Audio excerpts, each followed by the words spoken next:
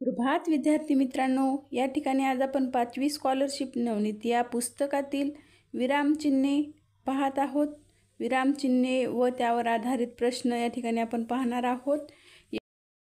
सुद्धा आपण पाहणार आहोत. पहा, विरामचिन्हे या ठिकाणी आपण हा घटक पाहत आहोत. विरामचिन्हे म्हणजे पहा, लक्षात ठेवा, विराम म्हणजे विश्रांती अथवा थांबणे. आपण बोलताना मध्ये मध्ये थांबतो, वाचताना सुद्धा वाक्य कोठे संपते, प्रश्न कोठे आहे, उद्गार कोणता, वाक्यात कोठे व किती थांबावे हे कळले पाहिजे. हे समजण्यासाठी जी चिन्हे वापरली जातात त्यांना विरामचिन्हे म्हणतात. मग आपण या ठिकाणी विरामचिन्हांची माहिती आपण या ठिकाणी पाहूयात. पहा, या ठिकाणी विरामचिन्हे आपण पाहत आहोत. चिन्हांचे नाव, चिन्ह केव्हा वापरतात आणि उदाहरण हे सर्व आपण या ठिकाणी पाहणार आहोत. मग पूर्णविराम. पूर्णविराम म्हणल्यानंतर पहा, या ठिकाणी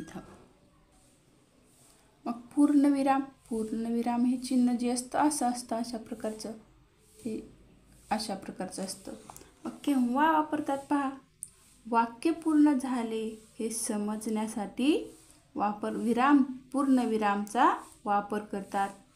मग उदाहरणार्थ पाहूयात. मी दररोज शाळेत जातो. हे काय आहे यात पहा, या ठिकाणी वाक्य पूर्ण झाल्यामुळे या ठिकाणी विरामचिन्ह आलं. वाक्य पूर्ण झालं की या ठिकाणी विरामचिन्हाचा वापर करायचा असतो. यानंतर अर्धविराम. अर्धविराम पहा, अर्धविराम हे अशा प्रकारचं चिन्ह असतं. अर्धविरामचं दोन छोटी वाक्ये उभयान्वयी अव्ययांनी जोडतात तेव्हा वापरतात. केव्हा वापरतात अर्धविराम? दोन उभयान्वयी अव्ययांनी जोडतात. वाक्य जी दोन छोटी जी वाक्ये असतात ती उभयान्वयी अव्ययांनी जोडतात तेव्हा वापरतात अर्धविराम. तर पहा, या ठिकाणी गड आला पण सिंह गेला. गड आला पण सिंह गेला. एकाच व्यक्तीने बोललेले जे म्हणजे उभयान्वयी वाक्य जे आहे ते ही छोटी छोटी दोन वाक्य आहेत, उभयान्वयी अव्ययाने जोडलेली आहेत. गड आला पण सिंह गेला, अशा प्रकारे. यानंतर पुढचं आपलं विरामचिन्ह पाहूयात. अपूर्ण विराम. अपूर्ण विराम म्हणजे पहा, या ठिकाणी असे दोन जे टिंब असतात त्याला अपूर्ण विराम असं म्हणतात. वाक्याच्या शेवटी तपशील द्यायचा असल्यास अपूर्ण विराम वापरतात. पहा, पुढील उदाहरणे सोडवा. अशा प्रकारे जर तपशील आपल्याला द्यायचा असेल तर अपूर्ण विरामचा वापर होतो. यानंतर स्वल्पविराम. स्वल्पविराम म्हणजेच कॉमा ज्याला आपण म्हणतो ते. स्वल्पविराम हे अशा प्रकारचं चिन्ह असतं. एकाच जातीचे शब्द लागोपाठ आल्यास वापरतात. स्वल्पविरामचा वापर आपण केव्हा करतो? एकाच जातीचे जर जास्तीत जास्त शब्द आले तर त्या ठिकाणी स्वल्पविरामचा वापर होतो. उदाहरणार्थ गंगा, यमुना, सरस्वती, कावेरी ही काय आहेत? गोदावरी या भारतातील नद्या आहेत. मग या ठिकाणी पहा, आपण हाक मारून काही सांगताना नावापुढे संबोधनापुढे वापरतो, है की नाही? श्यामल पुस्तक दे. पहा, हाक मारून काही सांगताना नावापुढे संबोधनापुढे वापरतात स्वल्पविराम. श्यामल, आता एखाद्या व्यक्तीचं आपण नाव घेतो त्यावेळेस कॉमा येतो या ठिकाणी. श्यामल पुस्तक दे, अशा प्रकारे. यानंतर पुढचं विरामचिन्ह आहे प्रश्न. प्रश्नचिन्ह पहा, अशा प्रकारचं असतं प्रश्नचिन्ह. मग आपण या ठिकाणी पहा, वाक्यात प्रश्न विचारला असेल तर वाक्याच्या शेवटी वापरतात प्रश्नचिन्ह. तू कुठे गेला होतास? पहा, या ठिकाणी प्रश्न विचारतो आपण ज्यावेळेस त्यावेळेस प्रश्नार्थक चिन्ह येतं. तू कोठे गेला होतास, अशा प्रकारे. काय करत आहेस, अशा प्रकारे. यानंतर पुढचं विरामचिन्ह पाहूयात. उद्गार चिन्ह. उद्गारवाचक चिन्ह पहा, या ठिकाणी अशा प्रकारचं असतं. मनातील भावना व्यक्त करणाऱ्या शब्दाच्या शेवटी वापरतात उद्गारवाचक चिन्ह. मनातील भावना व्यक्त करण्यासाठी उद्गारवाचक चिन्हाचा वापर केला जातो. तर पहा कसं, बापरे, केवढा मोठा हा हत्ती. एकाच व्यक्तीने जे हे वाक्य बोललेलं असतं, तो म्हणजे आपल्या आवाजातून जो उद्गार निघत असतो अशा, बापरे, केवढा मोठा हा हत्ती. मग हे काय झालं, हे उद्गारवाचक आहे. या ठिकाणी उद्गारवाचक वाक्य आहे हे. चला यानंतर पुढचा आपला विरामचिन्ह, अवतरण चिन्ह. पहा या ठिकाणी अवतरण चिन्ह. अवतरण चिन्हाचा वापर एकेरी आणि दुहेरी केला जातो. एकेरी अवतरण चिन्ह एखाद्या शब्दावर जोर देताना किंवा दुसऱ्याचे मत सांगताना वापरतात. एकेरी अवतरण चिन्ह. उदाहरण पाहूयात आपण. गांधीजींनी चले जाव ही घोषणा दिली. चले जाव ही घोषणा दिली. मग आता या ठिकाणी ह्या शब्दावर जोर पडत आहे. पहा या ठिकाणी चले जाव ही घोषणा दिली. मग नंतर पाहूया आपण दुहेरी अवतरण चिन्ह. दुहेरी अवतरण चिन्ह हे असं असतं. दुहेरी अवतरण चिन्ह बोलणाऱ्याच्या तोंडचे शब्द दाखवताना वापरतात. आता एखाद्याच्या तोंडातून जे बोलतो तो दाखवण्यासाठी या चिन्हाचा वापर करतात. शरद म्हणाला, मी सहलीला येईन. शरद म्हणाला, मी सहलीला येईन. यानंतर पुढचं विरामचिन्ह पहा, संयोग चिन्ह.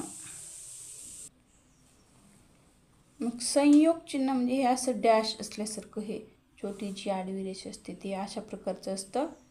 दोन शब्द जोडताना वापरतात. ओळीतील शेवटचा शब्द जर तोडावा लागत असेल तर त्याचे दोन भाग करताना सुद्धा संयोग चिन्हाचा वापर केला जातो. तर आई वडील, बहीण भाऊ असे जोड शब्द जे असतात, दोन शब्द जोडत असताना संयोग चिन्हाचा वापर केला जातो. उदाहरणार्थ आणखी एक उदाहरण पाहूयात आपण. महाराष्ट्रात अनेक बोली, पहा या ठिकाणी संयोग, बोली भाषा बोलल्या जातात. बोली भाषा हा एकच शब्द आहे, पण या ठिकाणी जागा नसल्यामुळं जो शेवटी जी जागा नसती तोडतो. जर तोडावा लागत असेल, पहा या ठिकाणी जो शब्द आपली ओळ संपत्ती त्यावेळेस आपणाला असं एक संयोग चिन्ह देऊन पुढचं शब्द, या शब्दातील शब्द जे दुसरे आहेत अक्षरे या ठिकाणी लिहावं लागतं. म्हणून यालाच आपण शब्द तोडणे असं म्हणतात. अशा प्रकारे संयोग चिन्हाचा वापर केला जातो. यानंतर अपसारण चिन्ह अशा प्रकारचं असतं. वाक्याच्या पुढे तपशील द्यावयाचा नसल्यास अपसारण चिन्ह वापरतात. वाक्याचा जर पुढे आपल्याला तपशील द्यायचा नसेल तर अपसारण चिन्हाचा वापर करतात. उदाहरणार्थ पाहूयात आपण. महाराज तुमचा राजवाडा जळून, मग पुढं काही बोलतच नाहीत काही जण. अशा प्रकारे जे वाक्य असतात. अवग्रह, पहा या ठिकाणी अशा प्रकारचं जे चिन्ह असतं ते अवग्रह. एखाद्या वर्णाचा लांब दीर्घ उच्चार करताना वापरतात. जसे की उदाहरणार्थ शी, शी अशा प्रकारे. आता काकपद, पहा या ठिकाणी अशा प्रकारे असतं. लेखन करताना एखादा राहिलेला शब्द लिहिण्यासाठी ची खूण आहे ही काकपद. आता एखादा आपण लेखन करत असताना एखादा शब्द राहिला तर मग त्यावेळेस अशा प्रकारचं हे काक चिन्हाचा वापर त्या ठिकाणी करतात. मी खेळतो, काय खेळतो, मग हे पहा या ठिकाणी काय खेळतो, खेळाचं नावच या ठिकाणी लिहायचं राहिलं म्हणून असं चिन्ह देऊन या ठिकाणी खाली किंवा वर हे आपण शब्द लिहू शकतो. मी क्रिकेट खेळतो अशा प्रकारे. या ठिकाणी आपण विरामचिन्हे पाहिलेले आहे. यापुढील विरामचिन्ह या घटकावर आधारित प्रश्न पाहूया. या ठिकाणी आपण विरामचिन्हे यावर आधारित काही सराव प्रश्न पाहणार आहोत 5वी स्कॉलरशिप या विद्यार्थ्यांसाठी. चला, आपला पहिला प्रश्न आहे पहा. पुढे दिलेल्या विरामचिन्हाच्या नावासाठी योग्य पर्याय क्रमांकाचे वर्तुळ रंगवा. या ठिकाणी विरामचिन्हाचं नाव आलेलं आहे आणि त्यासाठी आपल्याला योग्य विरामचिन्हचं नाव असलेलं या ठिकाणी जे विरामचिन्ह आहे ते ओळखायचं आहे. विरामचिन्ह ज्या विद्यार्थ्यांनी विरामचिन्हाच्या व्हिडिओचा अभ्यास केला नाही, विरामचिन्ह आपण मागील व्हिडिओमध्ये घेतलेला आहे, त्याचा तुम्ही व्हिडिओ पहा, म्हणजे तुम्हाला लक्षात येईल विरामचिन्हे. पहा, उद्गार चिन्ह जे आहे या चिन्हाचा आपल्याला या ठिकाणी हे काय आहे. मग पर्याय क्रमांक 1 मधील प्रश्नार्थ चिन्ह आहे स्वल्पविराम. हे काय आहे, पूर्णविराम आहे. मग या ठिकाणी उद्गारवाचक चिन्ह कोणतं आहे रे. तर पर्याय क्रमांक 4 मधील जे आहे ते चिन्ह जे आहे उद्गारवाचक चिन्ह आहे, म्हणून पर्याय क्रमांक 4 हे योग्य आहे पर्याय. आता अपूर्ण विराम आपल्याला या ठिकाणी शोधायचा आहे. पहा, पर्याय क्रमांक 1 मधील काय आहे, हे अर्धविराम आहे. हे कोणतं आहे मग, हे अपूर्णच विराम आहे का. आणि हे कोणतं विराम आहे, अपसारण. संयोग चिन्ह हे थोडं छोटंसं असतं आणि अपसारण चिन्ह जे असतं थोडं लांब रेष असते ही आडवी. मग हे या ठिकाणी हे अपसारण चिन्ह आहे आणि हे स्वल्पविराम आहे. मग या ठिकाणी आपल्याला अपूर्ण विराम शोधायचा आहे. तर मग पर्याय क्रमांक 2 मध्ये आहे पहा अपूर्ण विराम. पर्याय क्रमांक 2. आता या ठिकाणी आपल्याला संयोग चिन्ह ओळखायचं आहे. पहा, संयोग चिन्ह कोणतं आहे रे, कोणतं येईल बरं संयोग चिन्ह या ठिकाणी. पहा, हे वाटतंय पहिल्या पर्याय क्रमांक 1 मधील, तरी आपण सर्व पर्याय पाहायचे आहेत. त्यासाठी असं आपण सर्व जर पर्याय पाहत गेलो तर आपला सर्व चिन्हांचा अभ्यासही होणार आहे आणि आपल्याला ते लक्षात राहायला सोपं जाणार आहे. मग हे प्रश्नार्थक चिन्ह आहे, हे दुहेरी अवतरण चिन्ह आहे आणि हे पूर्णविराम आहे. मग पर्याय क्रमांक 1 मध्ये जे दिलेला आहे संयोग चिन्ह आहे. यानंतर पुढचा आपला चिन्ह प्रश्न पाहूयात.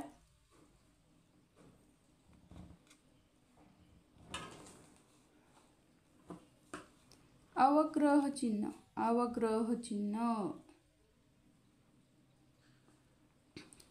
चिन्ह या ठिकाणी आपल्याला शोधायचं आहे. तर पहा, मग हे कोणतं चिन्ह आहे,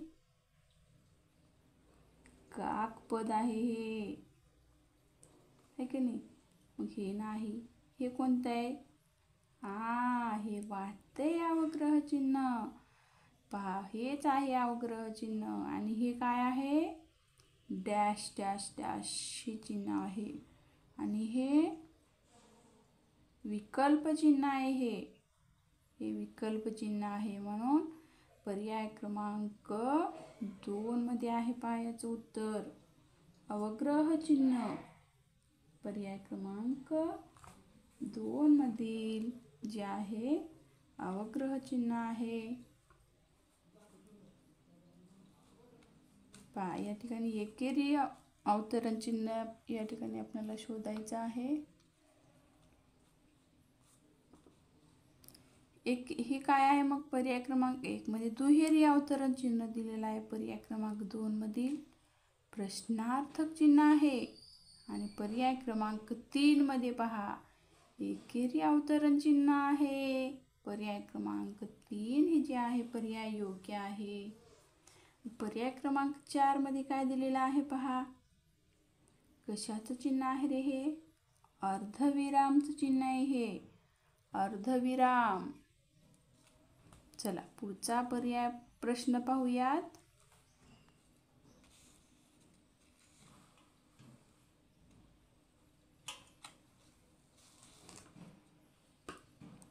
पुढील प्रत्येक प्रश्नातील वाक्यात एकूण किती विरामचिन्हे आली आहेत? पहा, या ठिकाणी जे प्रश्न वाक्य दिलेलं आहे यात किती विरामचिन्हे आली आहेत हे या ठिकाणी आपल्याला शोधायचं आहे. तर मग पहा, आजोबा म्हणाले, अगं या मोबाईलचं काही खरं नाही, त्यापेक्षा पत्र लिही बाईंना. पहा, या ठिकाणी हे इथं एक स्वल्पविराम आलेला आहे. दुहेरी अवतरण चिन्ह आलेलं आहे, स्वल्पविराम आलेला आहे. या ठिकाणी एक स्वल्पविराम आलेला आहे आणि दुहेरी अवतरण चिन्ह इथं बंद झालं. या ठिकाणी पूर्णविराम एक आलेले. मग किती चिन्ह झाले रे? सांगा बरं. ज्या विद्यार्थ्यांनी खरंच विरामचिन्हाचा अभ्यास केलेला आहे त्यांना या प्रश्नाचं उत्तर येणं अपेक्षित आहे. तर पहा, या ठिकाणी 1, हे 2, 3, 4 आणि हे 5. हो का, हे स्वल्पविराम, हे एक स्वल्पविराम. या ठिकाणी दुहेरी अवतरण चिन्ह चालू झालं आणि ते संपले. हे 2 आहे, 2 चिन्ह झाले. आणि हे इथं या ठिकाणी एक स्वल्पविराम आला आहे. अगं हे 3 आणि इथं या ठिकाणी एक स्वल्पविराम आलेला आहे 4 आणि इथं या ठिकाणी पूर्णविराम आला आहे. मग 5 चिन्ह विरामचिन्हे या ठिकाणी आलेले आहेत. म्हणून पर्याय क्रमांक पहा कोणता आहे? 5 पर्याय क्रमांक आहे का या ठिकाणी? आहे. पर्याय क्रमांक 1 मध्ये जे आहे 5 विरामचिन्हे आलेले आहेत. पुढचा प्रश्न पाहूयात. उडणे, हवा जाणे, फुगा फुटणे या क्रियांचा शब्दशः अर्थ अभिप्रेत नाही. या वाक्यातील आपल्याला विरामचिन्हे शोधायची आहेत. किती आली आहेत ते पहा. उडणे, इथं एकेरी अवतरण चिन्ह आहे, मग हे एक झालं. इथं स्वल्पविराम आलेला आहे 2, या ठिकाणी एकेरी अवतरण चिन्ह. हे 3, या ठिकाणी एक स्वल्पविराम. 4, 1, 2, 3, 4 झाले. मग फुगा फुटणे, या ठिकाणी एकेरी अवतरण चिन्ह 5. आणि पहा, या ठिकाणी क्रियांचा शब्दशः पहा, या ठिकाणी हे कोणतं चिन्ह आहे? अपूर्णविराम. अपूर्णविरामात सुद्धा एक चिन्ह आले आहे आणि ते पूर्णविराम. मग किती झाले मोजा? 1, 2, 3, 4, 5, 6 आणि 7 विरामचिन्हे आलेले आहेत. या ठिकाणी 7 विरामचिन्हे आलेले आहेत. तर मग पहा, पर्याय क्रमांक 1 मध्ये जे आहे ते 7 विरामचिन्ह असलेलं या ठिकाणी पर्याय क्रमांक 1 आहे. यानंतर पुढचा प्रश्न पाहूयात. पहा, तिसरा प्रश्न. यातील विरामचिन्ह किती आहेत ते या ठिकाणी आपल्याला शोधायचं आहे. आय्या, हिरव्या पिवळ्या रेशमी धाग्यांचा रुमाल. पहा, या ठिकाणी दुहेरी अवतरण चिन्ह इथं आलेलं आहे आणि इथं संपलेलं आहे. हे एक झालं. आणि हे काय आहे? उद्गारवाचक चिन्ह 2. या ठिकाणी पहा, संयोग चिन्ह आलेलं आहे. मग हे 3 चिन्ह झाले. आणि शेवटी एक उद्गारवाचक चिन्ह आलेलं आहे. मग 4 विरामचिन्हे या वाक्यात आलेले आहेत. म्हणून पर्याय क्रमांक कोणतं येईल रे? 4 विरामचिन्ह असलेलं पर्याय कोणता आहे? मग पर्याय क्रमांक 1 मध्ये 5 आहे, पर्याय क्रमांक 2 मध्ये 3, पर्याय क्रमांक 3 मध्ये पहा 4 हा ऑप्शन आहे. म्हणून पर्याय क्रमांक 3 हे याचं उत्तर येईल. यानंतर पुढचा प्रश्न. तर पहा, या ठिकाणी या वाक्यातील आपल्याला विरामचिन्ह शोधायचे आहेत. त्याने अशी शपथ घेतली. या ठिकाणी पहा, हे संयोग चिन्ह एक आलेलं आहे आणि लगेच यापुढे मी कोणत्याही प्राण्याची शिकार करणार नाही. एकेरी अवतरण चिन्ह आणि पूर्णविराम. या ठिकाणी 3 जे आहेत ते विरामचिन्हे आलेले आहेत. मग 3 विरामचिन्ह असलेला पर्याय या ठिकाणी पहा, पर्याय क्रमांक 1 मध्ये आहे पहा. यानंतर पुढचा प्रश्न आपण पाहूयात. तात्यांनी विचारले.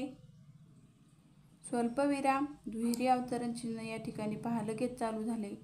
मग हे 2 विरामचिन्हे. सफाईच्या कामात वाईट काय आहे? या ठिकाणी प्रश्नार्थक चिन्ह एक आलेले आहे. या वाक्यात सुद्धा 3 विरामचिन्हे आलेले आहेत. पर्याय क्रमांक 2 मध्ये 2 दिलेला आहे. 4 आणि 7 नाही आहेत, तर 3 विरामचिन्हे आलेले आहेत. पर्याय क्रमांक 2 हे याचं उत्तर येईल. पुढचा प्रश्न पाहूयात. तर पहा, पुढील प्रत्येक वाक्यात एक विरामचिन्ह द्यायचे राहिले आहे. ते दर्शवणाऱ्या पर्याय क्रमांकाचे वर्तुळ या ठिकाणी आपणाला रंगवायचं आहे. वाक्यामध्ये विरामचिन्ह द्यायचं राहिलेलं आहे हे शोधायचं आहे आणि ते कोणत्या ठिकाणी द्यायचं हे या ठिकाणी आपल्याला शोधून ते विरामचिन्ह पाहायचं आहे. पहा वाक्य पहा. प्रश्न क्रमांक पहिला. आपण बागेत जाऊन तिथे खाऊ खातो, परंतु केलेला कचरा आपण कचरा कुंडीत टाकत नाही. पहा या ठिकाणी 2 वेगवेगळे उभयान्वयी वाक्य आहे हे. मग पहा या ठिकाणी उभयान्वयी आपण बागेत जाऊन तिथे खाऊ खातो, परंतु केलेला कचरा आपण कचरा कुंडीत टाकत नाही. मग या ठिकाणी उद्गारवाचक काय वाक्य? उद्गारवाचक चिन्ह येईल का? नाही. स्वल्पविराम पण येणार नाही ना. हे हे पहा या ठिकाणी अर्धविराम. या ठिकाणी 2 छोटी वाक्य जोडत आहेत म्हणून या ठिकाणी अर्धविराम येईल. परंतु खातो, परंतु या ठिकाणी हा विरामचिन्ह या ठिकाणी द्यायचा राहिलेला आहे. खातो या शब्दापुढे अर्धविराम. अशा प्रकारे म्हणून पर्याय क्रमांक 3 हे याचं उत्तर येईल. पुढचा प्रश्न पहा. फार सुंदर होती ही हातचलाखी, कितीतरी वेळ मी ते पाहत उभी असायची. पहा या ठिकाणी फार सुंदर होती ही हातचलाखी, कितीतरी वेळ मी ते पाहत उभी असायची. पहा या ठिकाणी वाक्य वाचन केल्यानंतरच आपल्या लक्षात येतं की हे वाक्य कोणत्या प्रकारचं आहे. तर मग उद्गारवाचक वाक्य वाटते. हे संयोग चिन्ह पण नाही, अर्धविरामाचं नाही की स्वल्पविराम कुठं येत नाही असं वाटते. फार सुंदर होती ही हातचलाखी. या ठिकाणी उद्गारवाचक चिन्ह येईल. उद्गार. फार सुंदर होती ही हातचलाखी, कितीतरी वेळ मी ते पाहत उभी असायची. या ठिकाणी पर्याय क्रमांक 3 उद्गारवाचक चिन्ह या ठिकाणी द्यायचे राहिले आहे. पुढचा प्रश्न पाहूयात. गेले 3-4 दिवस मी बिछाण्यावरच पडून आहे. पूर्णविराम आहे. गेले 3 आणि 4 या ठिकाणी संयोग चिन्ह द्यायचं राहिलं आहे. 3 आणि 4 हे जोड शब्द जे आलेले आहेत, शब्द एकता आपण आई वडील बहीण भाऊ जोडत असताना वाक्य पहा या ठिकाणी गेले 3-4 दिवस हे 2 शब्द जोडत आहेत. मग या ठिकाणी जोडत असताना जे चिन्ह असतं संयोग चिन्ह असतं म्हणून पर्याय क्रमांक 4 मधील हे चिन्ह या ठिकाणी द्यायचं राहिलेलं आहे. पर्याय क्रमांक 1 हे याचं उत्तर येईल. पुढील प्रश्न. वडील म्हणाले, तुम्ही आता सर्वांनी 1 तास अभ्यास करा. वडील म्हणाले, तुम्ही आता सर्वांनी 1 तास अभ्यास करा. पहा या ठिकाणी मग कोणतं चिन्ह या ठिकाणी द्यायचं राहिलं रे? सांगा बरं. वडील म्हणाले या ठिकाणी स्वल्पविराम आलेला आहे. मग तुम्ही पहा या ठिकाणी तुम्ही आता सर्वांनी 1 तास अभ्यास करा. पहा मग दुहेरी अवतरण चिन्ह या ठिकाणी येईल. दुहेरी अवतरण चिन्ह पर्याय क्रमांक 2 हे याचं उत्तर येईल. पुढचा प्रश्न.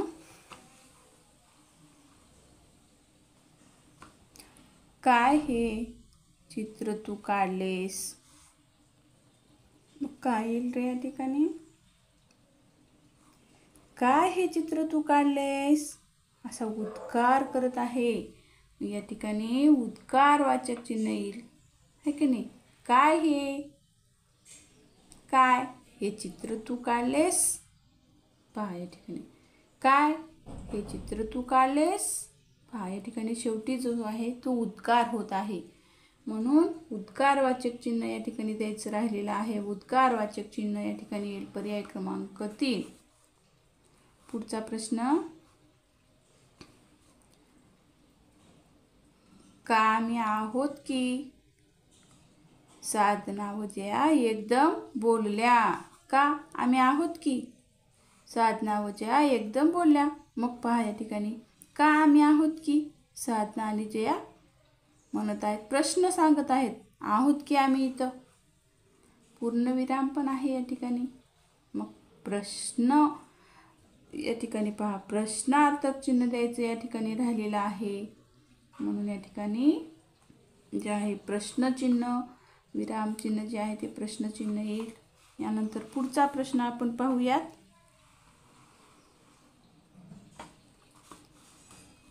पुढील प्रत्येक वाक्याच्या शेवटी कोणते विरामचिन्ह द्याल, त्याच्या पर्याय क्रमांकाचे वर्तुळ या ठिकाणी आपल्याला रंगवायचं आहे. वाक्य दिलेलं आहे त्या ठिकाणी आपल्याला योग्य विरामचिन्ह द्यायचं आहे. पहिलं वाक्य पहा, तुझ्या मित्राचे नाव काय. तुझ्या मित्राचे नाव काय. मग या ठिकाणी कोणतं विरामचिन्ह येईल. उद्गारवाचक तर वाटत नाही, पूर्णविरामही वाटत नाही, प्रश्नचिन्ह हां वाटते पहा, अपूर्णविराम नाही, तर मग प्रश्नार्थक चिन्ह या ठिकाणी येईल, म्हणून पर्याय क्रमांक 3 हे याचं उत्तर येईल. पुढचा प्रश्न, शाळेत चित्रकला, रांगोळी, कथाकथन स्पर्धा झाल्या. या वाक्यात कोणतं चिन्ह येईल. मग झाल्या. वाक्य शांत आहे. प्रश्नचिन्ह, पूर्णविराम, अपूर्णविराम की उद्गार चिन्ह, कोणतं चिन्ह येईल रे. या ठिकाणी पूर्णविराम येईल. पूर्णविराम. प्रश्नाच्या शेवटी या ठिकाणी पूर्णविराम येईल, म्हणून पर्याय क्रमांक 2 हे याचं उत्तर येईल. पुढचा प्रश्न, बघा हे गाव कसं साजरं गोजरं दिसतं आता. बघा हे गाव कसं साजरं गोजरं दिसतं आता. या वाक्याच्या शेवटी पहा, वाक्य वाचन करत असताना कसा उद्गार निघतोय पहा. मग प्रश्न विचारते का कुठे याने, पूर्णविरामही नाही, अपूर्णविरामही येत नाही या वाक्याच्या शेवटी. बघा हे गाव कसं साजरं गोजरं दिसतं आता. मग उद्गार, या ठिकाणी उद्गार निघत आहे त्या वाक्यामध्ये, म्हणून उद्गारवाचक चिन्ह या ठिकाणी येईल. पर्याय क्रमांक 1. विद्यार्थी मित्रांनो, या ठिकाणी आपण विरामचिन्हे हा घटक यावर आधारित प्रश्न पाहिलेले आहेत. भेटूया पुढील व्हिडिओमध्ये. यश परके या चॅनलवर जर आपण नवीन असाल तर सबस्क्राईब करा, लाईक करा. धन्यवाद.